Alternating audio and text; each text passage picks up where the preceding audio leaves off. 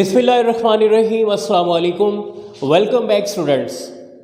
आज के लेक्चर में हम एक बहुत ही इम्पॉर्टेंट टॉपिक डिस्कस करेंगे। ये टॉपिक ना सिर्फ आपके एग्जामिनेशन पॉइंट ऑफ व्यू के लिए इम्पॉर्टेंट है, बल्कि ये आपके MD CAT point of view से भी बहुत ज़्यादा इम्पॉर्टेंट है। तो टॉपिक का नाम है पिट्यूटरी ग्लैंड। स्टूडेंट्स, आप लोगों को याद होगा कि लास्ट लेक्चर में हम लोगों ने एंडोक्राइन ग्लैंड्स को स्टडी करना स्टार्ट किया था और हमने वहाँ पर ये बात मेंशन की थी कि there are 20 types of endocrine glands in your body, और उसमें हमने लास्ट टाइम हाइपोथैलेमस का जिक्र किया था।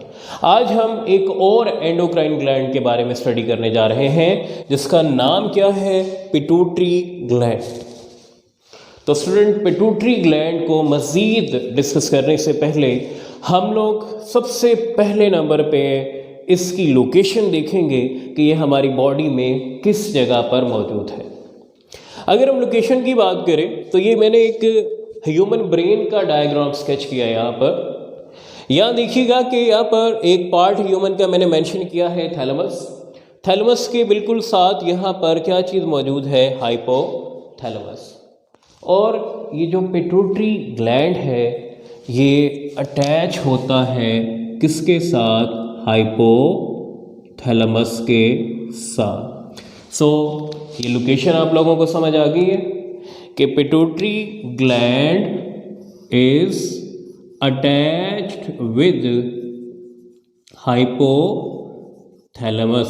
तो ये लिंक्ड में होता है किसके साथ, हाइपोथैलेमस के साथ। अब स्टूडेंट, हम दूसरा पॉइंट जो इसके बारे में डिस्कस करेंगे वो है इसके साइज़ का। कहते हैं कि क्या साइज़ है हमारी बॉडी में पिट्यूटरी ग्लैंड का, and this point is important for MCQ. याद रखिए स्टूडेंट, अगर हम बॉडी में इसके साइज़ की बात करें तो pituitary gland size is equal to pea grain. इसका साइज जो है वो मटर के एक दाने के बराबर है। और आप मज़ीद जब इसके बारे में पढ़ेंगे तो आप हैरान हो जाएंगे कि एक छोटा सा मटर के दाने के बराबर पिट्यूटरी ग्लैंड किस तरह से हमारी बॉडी में कोऑर्डिनेशन करवा रहा है और होमियोस्टेसिस परफॉर्म करवा रहा है। क्लियर? आफ्टर साइज हम बात करेंगे इसके वेट की। तो ये पॉइंट भी एमसीक्यू के लिए इम्पॉर्टेंट है। हमारी बॉडी में जो इसका साइज है अडल्ट बॉडी में वो है 0.5 ग्राम। अंडरस्टैंड? अब हम नेक्स्ट पॉइंट डिस्कस करेंगे अबाउट द लॉब्स। याद रखिए स्टूडेंट, पिट्यूटरी ग्लैंड के 3 लॉब्स होते हैं। लॉब्स हिस्सों को कह रहे हैं हम यहाँ पर। पहले हिस्से को हम नाम दे रहे हैं इंटीरियर लॉब। दूसरा जो हमारे पास पार्ट यहाँ पर मौजूद है इसे नाम दिया जाता है मीडियन लॉब। इसी तरह से अगर हम तीसरे हिस्से की बात करते हैं तो इसका जो तीसरा हिस्सा है या लॉब है इसे नाम दिया जाता है पोस्टीरियर लॉब का। तो स्टूडेंट, हम डायग्रामेटिकली भी आप लोगों को बताते हैं अबाउट दीज लॉब्स। यहाँ देखिए, मैंने सिंपल सा एक स्केच बनाया था। अगर हम इसको थोड़ा सा बड़ा करके दिखाएं बोर्ड पर तो यहाँ ज़रा गौर कीजिएगा कि इसके 3 लॉब्स हैं। This one is the first lobe and this one is the second lobe and this one is the third lobe. अब हमने फर्स्ट लॉब को नाम क्या दिया है, इंटीरियर लॉब का। So this one is interior lobe. तो ये जो पहला हिस्सा है इसका, इसे हम क्या नाम देंगे, इसे हम नाम देंगे interior lobe. And the second one is जो सेंटर में मौजूद है, इसे हम नाम देंगे मीडियन लॉब का। और इसी तरह से जो इसका तीसरा पार्ट आपको नज़र आ रहा है यहाँ पर, ये जो लॉब है इसे हम नाम देंगे पोस्टीरियर लॉब का। मज़ीद इन लॉब्स के बारे में आपसे डिस्कस करने से पहले आपको बताता चलूँ कि ये जो पिट्यूटरी ग्लैंड है ये एक स्टाक के ज़रिए, ये आपको क्या नज़र आ रही है, स्टाक डंडी है जी यहाँ पर, इसके ज़रिए ये अटैच होते हैं आपके ब्रेन के कौन से हिस्से के साथ, मैंने यहाँ पे मेंशन किया है हाइपोथैलेमस के साथ। So they are attached with hypothalamus. और साथ में ये याद रखिएगा कि जो स्टाक इन दोनों को आपस में जोड़ रही है इसका नाम क्या है, इंपॉर्टेंट फॉर एमसीक्यू, इसका नाम है इन्फंडिबुलम। तो ये स्टूडेंट्स आपके सामने स्केच आ गया किसका, पिट्यूटरी ग्लैंड का। अब हम लास्ट टाइम ये पढ़कर आए कि जो भी ग्लैंड्स होगा वो ख़ास किस्म के हार्मोन्स पैदा करता है, तो यहाँ पर भी पिट्यूटरी ग्लैंड्स ख़ास किस्म के हार्मोन्स पैदा करेगा और इसकी हर लोब जो है वो स्पेशल टाइप के क्या करेगी, हार्मोन्स पैदा करेगी। तो सबसे पहले हम यहाँ पर जो बात करेंगे स्टूडेंट्स, हम लोग बात करेंगे अबाउट द इंटीरियर लोब। याद रखें, मैं इन डिटेल आपको बताऊं कि इंटीरियर लोब जो है इसका हाइपोथैलेमस से कनेक्शन कैसे है। आप लोगों ने ये पढ़ा है लास्ट टाइम नर्वस कोऑर्डिनेशन में कि हाइपोथैलेमस में क्या मौजूद होते हैं, न्यूरॉन सेल्स मौजूद होते हैं। क्या मौजूद होते हैं, न्यूरॉन सेल्स मौजूद होते हैं। और ये जो न्यूरॉन सेल्स हैं ये आपके पास क्या है जी, ये आपके पास है न्यूरॉन्स। अंडरस्टैंड, ये न्यूरॉन्स जो है ये कनेक्ट हो रहे होते हैं किसके साथ, ये कनेक्ट हो रहे होते हैं ब्लड वेन के साथ। अंडरस्टैंड, और वो वेन जो है मज़ीद आगे जाकर कहाँ ओपन हो रही है, वेन आगे जाकर ओपन हो रही है हमारे इंटीरियर लोब में। किस लोब में, इंटीरियर लोब में। तो यह मैं बात को दोबारा से रिपीट कर रहा हूँ कि हाइपोथैलेमस में क्या चीज़ मौजूद है, हाइपोथैलेमस में मौजूद है न्यूरॉन्स। अंडरस्टैंड, और न्यूरॉन्स जो है आगे एक वेन के साथ कनेक्ट है। इस वेन को नाम दिया जाता है पोर्टल वेन। किसका नाम देंगे, पोर्टल वेन का। ये क्या करती है, ये न्यूरॉन से बनने वाली सेक्रीशंस को इस वेन में दाखिल करेगी और ये वेन फिर आगे उन सेक्रीशंस को कहाँ लेकर आएगी, इंटीरियर लोब में।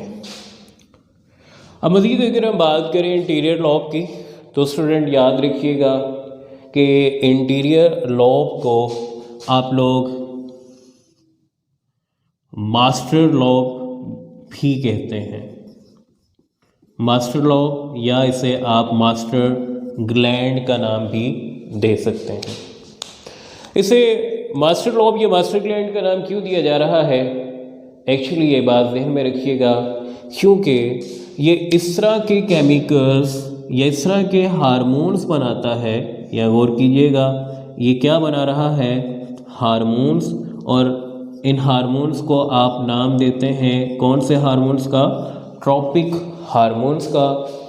एक्चुअली इंटीरियर लोब या मास्टर ग्लैंड या मास्टर लोब ऐसे हार्मोन्स बनाएगी जो आगे जाकर मज़ीद बॉडी के ग्लैंड्स पर हुक्मरानी करेंगे।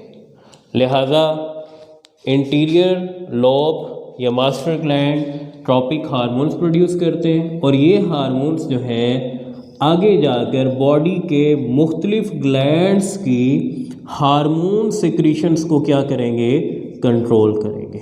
यानी कि बॉडी के जो बाकी ग्लैंड्स हैं, ज़्यादातर ग्लैंड्स, उन पर इंटीरियर लोब हुक्मरानी करेगी।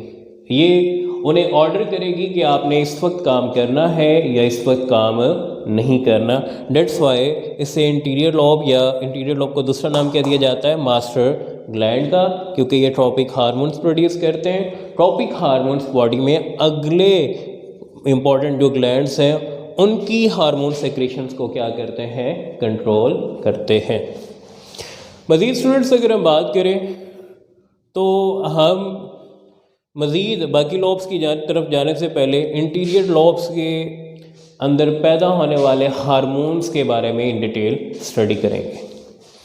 तो हम बोर्ड पर एक साइड पर जो है इन हार्मोन्स का जिक्र करेंगे।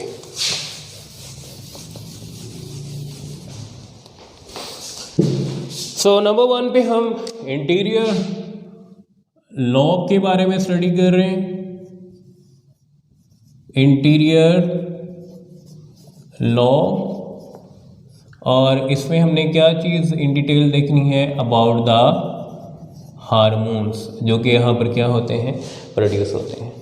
सबसे पहला हार्मोन हम जो जिक्र करेंगे इंटीरियर लॉब का, वो हमारे पास है जी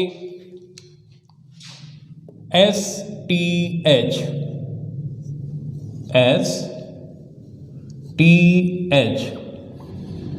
STH मीन क्या है, सोमैटोट्रॉफिक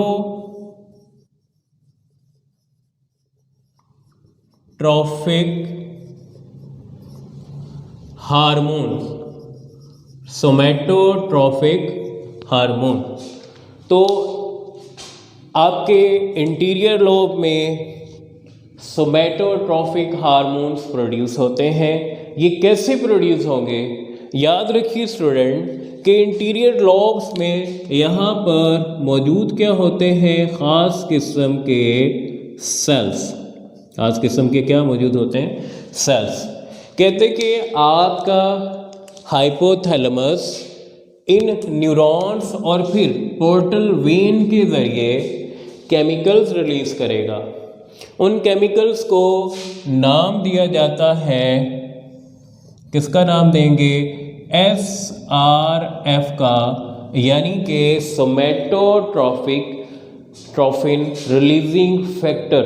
मैं अगेन रिपीट कर रहा हूँ, आपका जो हाइपोथैलेमस है ये क्या रिलीज़ करेगा, सोमैटोट्रॉफिन रिलीजिंग फैक्टर, और ये थ्रू आउट द लाइफ आपका हाइपोथैलेमस इस रिलीजिंग फैक्टर को क्या करता रहता है, प्रोड्यूस करता रहता है।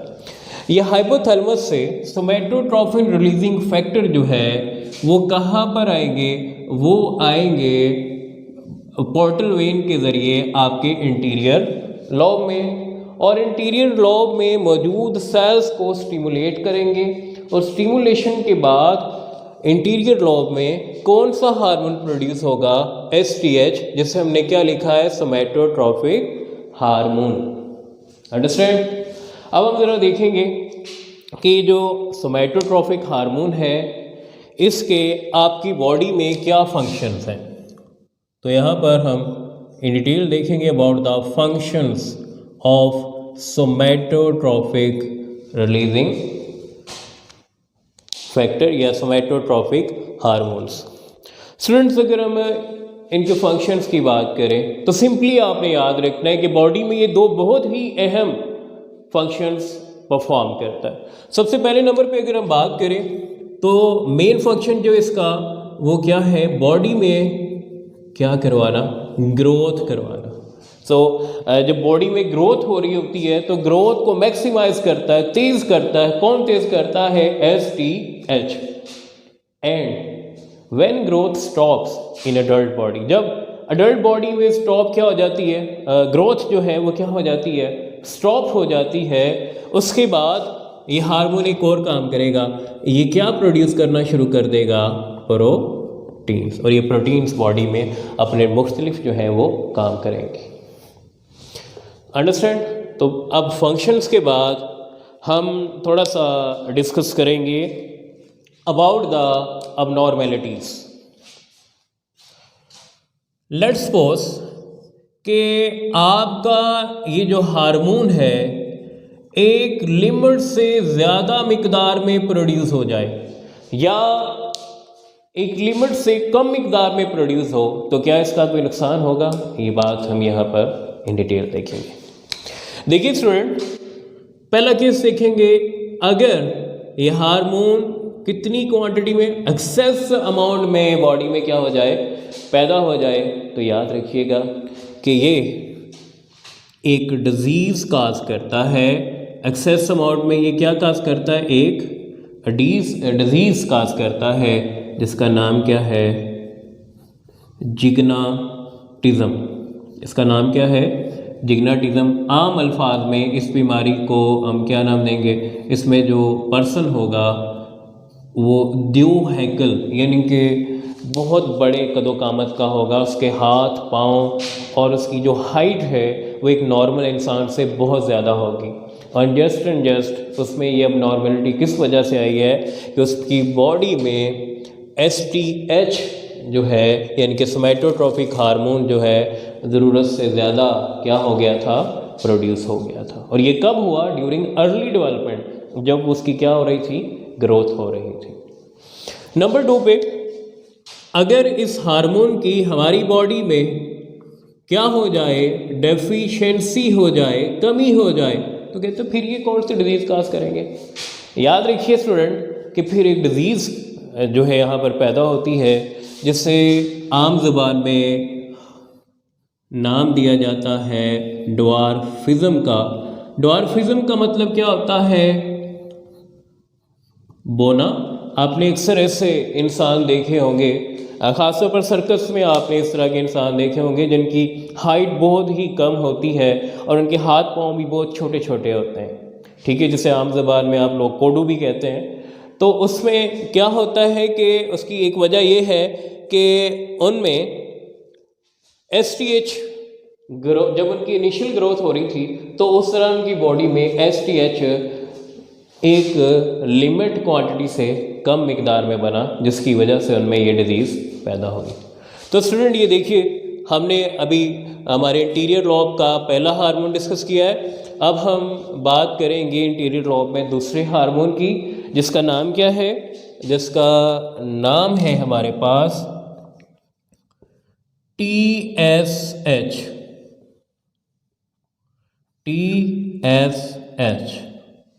आम ज़ुबान में हम इसे क्या कहते हैं, thyroid stimulating hormone. Thyroid stimulating hormone.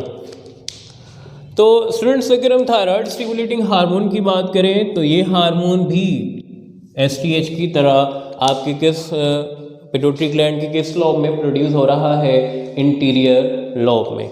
यहाँ पर भी आपका जो हाइपोथैलेमस है वो न्यूरॉन्स के ज़रिए केमिकल्स रिलीज़ करेगा। उन केमिकल्स को नाम क्या दिया जाता है जी, उनको हम नाम देते हैं TRF का, ठीक है, TRF यानी कि thyroxine releasing factor. Thyroxine releasing factor जो है स्टूडेंट, ये रिलीज करेंगे न्यूरॉन्स और यहाँ से ये पोर्टल वेन के ज़रिए किस में आ जाएगा, ये पोर्टल वेन के ज़रिए इंटीरियर लॉब में आएगा और यहाँ पर मौजूद सेल्स को स्टिमुलेट करेगा, जिसकी वजह से कौन सा हार्मोन पैदा होगा, इसकी वजह से हार्मोन पैदा होगा जिसका नाम क्या है, थायराइड स्टिमुलेटिंग हार्मोन। अंडरस्टैंड। अब यहाँ पर एक और क्वेश्चन जो जहन में आता है कि क्या ये hormone through out the life produce होता है। जी, ये हार्मोन जो है ये through out the life body में क्या होता है, प्रोड्यूस होता है। अंडरस्टैंड। अब दूसरे नंबर पे हम देखेंगे कि what are the functions of TSH। TSH के फंक्शंस क्या हैं, जिस तरह से हमने STH के फंक्शंस देखे थे, यहाँ हम इसके भी क्या देखेंगे, फंक्शंस, और ये भी इंपॉर्टेंट शॉर्ट क्वेश्चन है। सवाल आते हैं what are the function of TSH। तो स्टूडेंट्स याद रखिए, ये बहुत ही इम्पॉर्टेंट रोल प्ले करता है। किस वक्त, ड्यूरिंग डेवलपमेंट, ये आपकी बॉडी की क्या करवाता है, डेवलपमेंट करवाता है, और उसके अलावा आपकी बॉडी में क्या करवाता है, ग्रोथ करवाता है। अंडरस्टैंड। और एक और बात ज़हन में रखिएगा कि ये एक थायराइड स्टिमुलेटिंग हार्मोन जो है ये उस वक्त ज़्यादा मिकदार में बॉडी में प्रोड्यूस होगा जब आपके ब्लड में यहाँ पॉइंट की गौर से सुनिएगा, जब आपके ब्लड में कौन से हार्मोन की डेफिशिएंसी होगी? थायरॉक्सिन की। तो जैसे ही थायरॉक्सिन की डेफिशिएंसी होगी, आपका जो हाइपोथैलेमस है वो कौन सा फैक्टर प्रोड्यूस करेगा? टीआरएफ। और टीआरएफ की वजह से कौन सा हार्मोन इंटीरियर लोब प्रोड्यूस करेगा? टीएसएच। और इससे क्या होगा? आपकी डेवलपमेंट और ग्रोथ क्या होगी?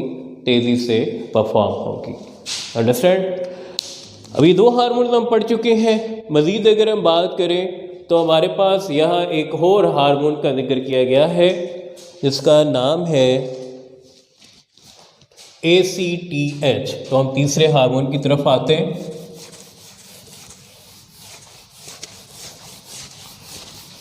ACTH का मतलब है adrenocorticotrophic hormone. And number three is ACTH। क्या बनता है जी ACTH? और से सुनिएगा, adreno C cortico T trophic H hormone. तो कौन सा हार्मोन है ये? Adrenocorticotrophic hormone. अंडरस्टैंड? ये भी कहाँ पर प्रोड्यूस हो रहा है? आपकी इंटीरियर लोब में। स्टूडेंट याद रखिएगा कि ये हार्मोन कैसे सेक्रीट करेगा आपका इंटीरियर लोब। जिस तरह से पिछले दो हार्मोन्स जो प्रोड्यूस हुए हैं, इनको भी स्टिमुलेशन कौन दे रहा था? हाइपोथैलेमस। कैसे? वहाँ से रिलीजिंग फैक्टर रिलीज करके। सिमिलरली यहाँ पर भी क्या रिलीज होंगे स्टूडेंट? यहाँ पर भी हाइपोथैलेमस रिलीज करेगा। क्या रिलीज करेगा?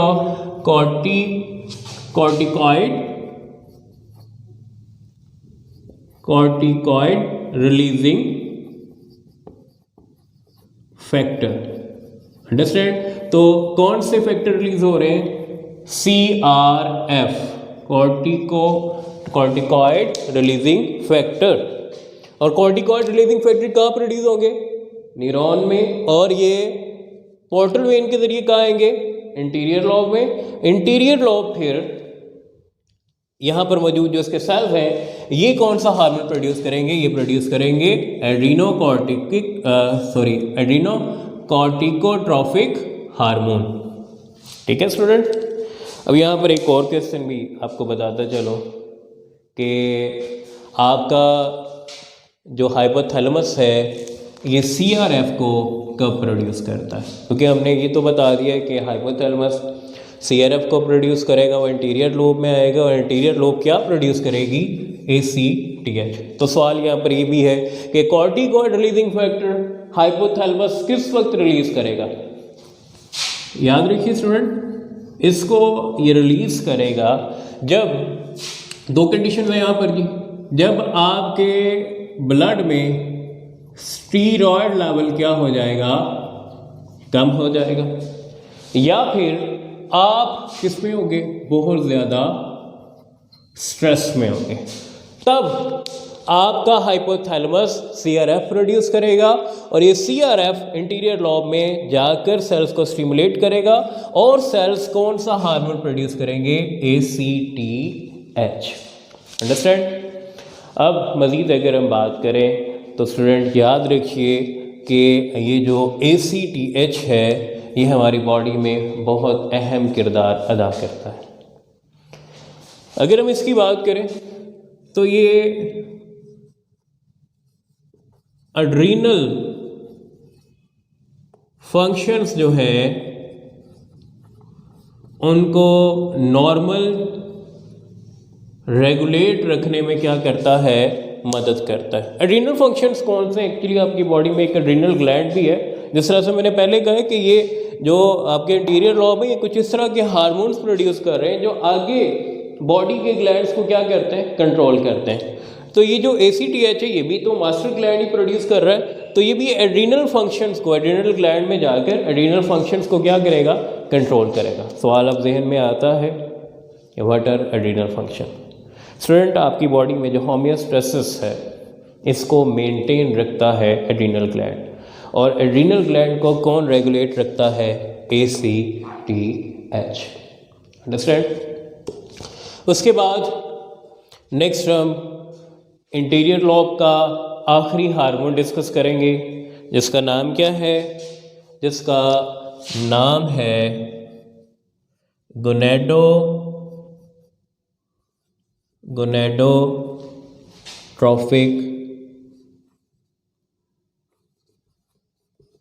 गोनेडोट्रोफिक stimulating hormone. Gonadotrophic stimulating hormone. तो स्टूडेंट यहाँ पे देखिएगा, गोनेडोट्रोफिक स्टिमुलेटिंग हार्मोन्स की अगर हम बात करें तो हमारे पास इनकी 3 टाइप्स मौजूद हैं। यहाँ बात को ज़रा गौर से समझिएगा। पहली हमारे पास है FSH, जिसे हम क्या कहते हैं? Follicle stimulating hormone. दूसरी हमारे पास है LH, ल्यूटिनाइजिंग हार्मोन। और तीसरा हमारे पास है प्रोलैक्टिन।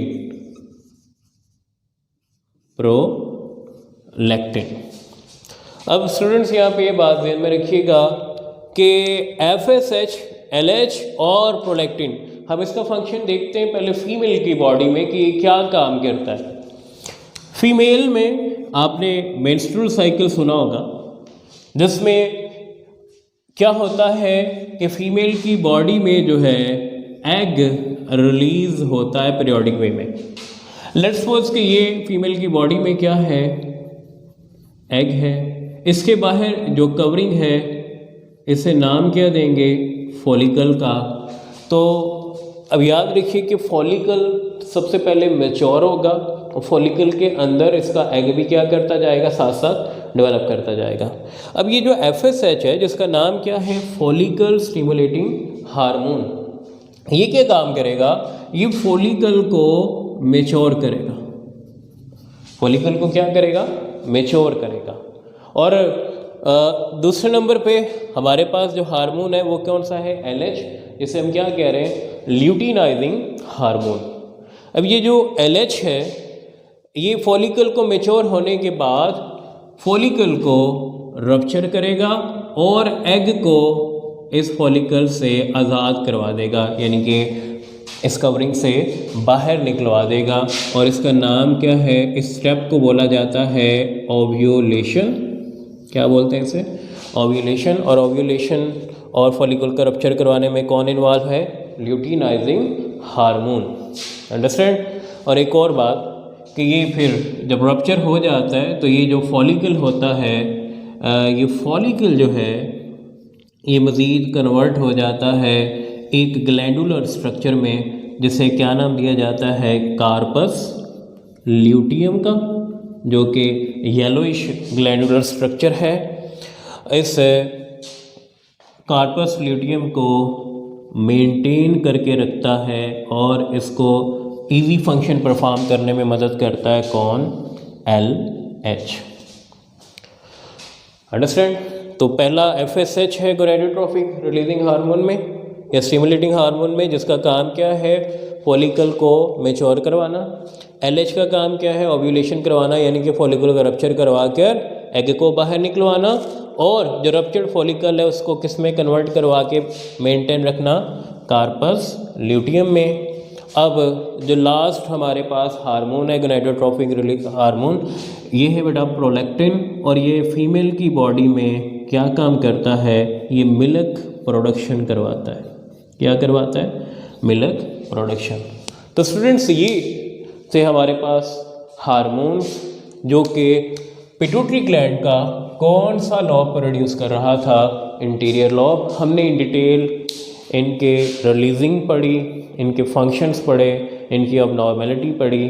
अब हम पिट्यूटरी ग्लैंड की सेकंड लॉब की बात करेंगे, जिसका नाम क्या है? जिसका नाम है मीडियन लॉब। तो मीडियन लॉब की यहाँ पर हम बात करेंगे।